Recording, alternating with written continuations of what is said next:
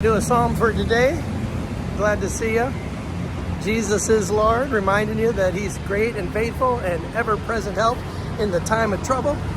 And look who arrived in Thailand. Hello. King James, right there. No, And, James the less. James Yeah. the servant. Yeah. Lord. So James, today our psalm is Psalm 82. And there's a line in there I'd like to just chat about for a minute. And that is, it says, rescue the poor and needy. Wow. Psalm 82, rescue the poor and needy. When it comes to the poor and needy, that's kind of part of what God's called you to. Give us some of your thoughts on rescue the poor and needy. Well, one thing is that I've observed is to look beyond what's the glaringly obvious needs and see deeper needs than what are so readily observable.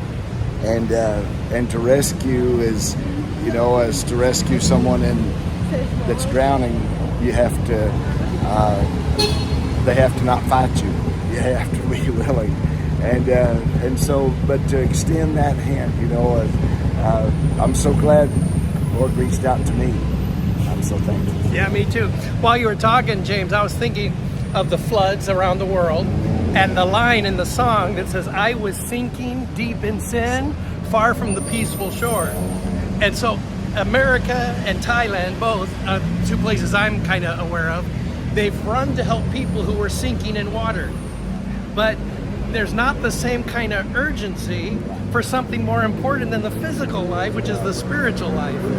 And so at the same time, rescue the poor and needy spiritually, there is a physical aspect, isn't there? There is.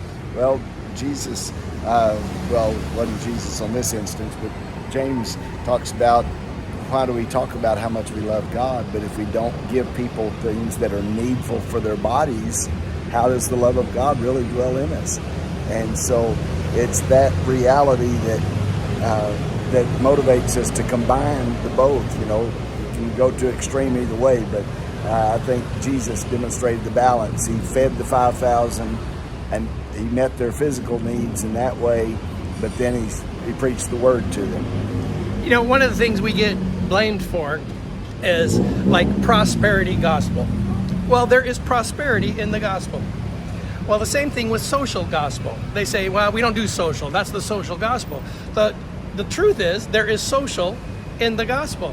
And then we hear people say, well, how many of those people you fed came to Christ? Well, how many did Jesus feed, I'd say, at one time? Well, 5,000 men besides women and children, so easily could have been 20,000. Okay, then how many were with him at the cross?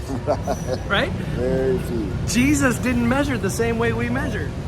And so, what if feeding the 5,000 was sort of a prophetic act, saying, when you come into my kingdom in eternity, there'll be the marriage supper of the Lamb. You're getting a taste of the food now for what might happen later. And so the Psalm 82 has this line. It also says, do justice. And I think we put justice maybe up into like the Justice Department, but I think it means, in a short, try to make it right. Yes. Right? Just try to make it right. And we were just talking about people at the tea shop where I go, how they do the same job every day, year after year after year, and maybe can save enough money to eventually get a bicycle. And I honor that. I don't know how to deal with global economies, but other people that you bump into, they have no options. I see a lady every day, her torso is fully grown. Her legs are smaller than a baby's, right? She did nothing to deserve this. There's no like, well, you're reaping what you sowed. No. And so, in your experience, what have you found to sort of deal with, okay, how can I help make this right? Yes. Well, I think number one is to treat people like that with dignity. Good. And respect and honor them. And because if we just try to figure out their issues and reasons for it and try to lay blame somewhere, that usually doesn't do anything toward comforting and strengthening and rescuing them. But our goal is to show compassion, become willing to be to connect with them with the purpose of building them up and lifting them up. Another thing that our verse reminds me of, rescue the poor and needy, is there feels like an urgency in the word rescue. It doesn't feel like ho-hum. It feels like I was sinking deep in sin. The idea is there is a sinking, there is a rescue that needs to happen, and you call together the rescue teams, you call together all of that. What has been your experience on the role of urgency in serving the poor and needy? Well, I feel like that in my limited experience, that as Jesus said himself, don't hold it back, or don't withhold it when it's in the power of your hand to do it. And so sometimes it's easy just to think, well, I'll get around to that sometime, but a few moments can make a big difference. Yeah, by the way, thanks for doing this with me today. You just flew like 800 hours to get here. And but we're just standing on a street corner, and I wanted to do this today just to show that in the middle of a town like this, there are poor and needy. And the famous starfish illustration is that, I can't save everything on the beach, but I can help this one. Yes. Have you found that, how have you lived that truth out in your ministry? Well, that's just a desire to do that, as we deal especially with the homeless people in Anchorage.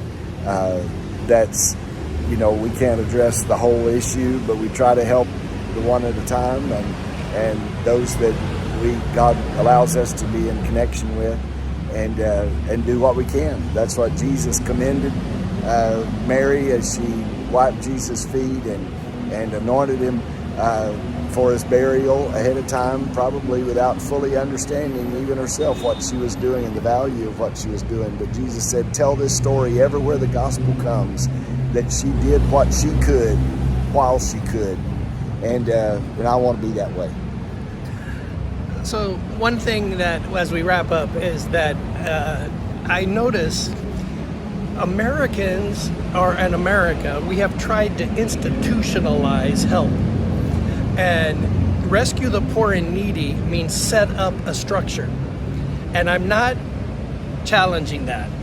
What I am challenging is the idea that what we don't do is we don't help the person in front of us. And so, youth pastor, great line, we're gonna rock the world.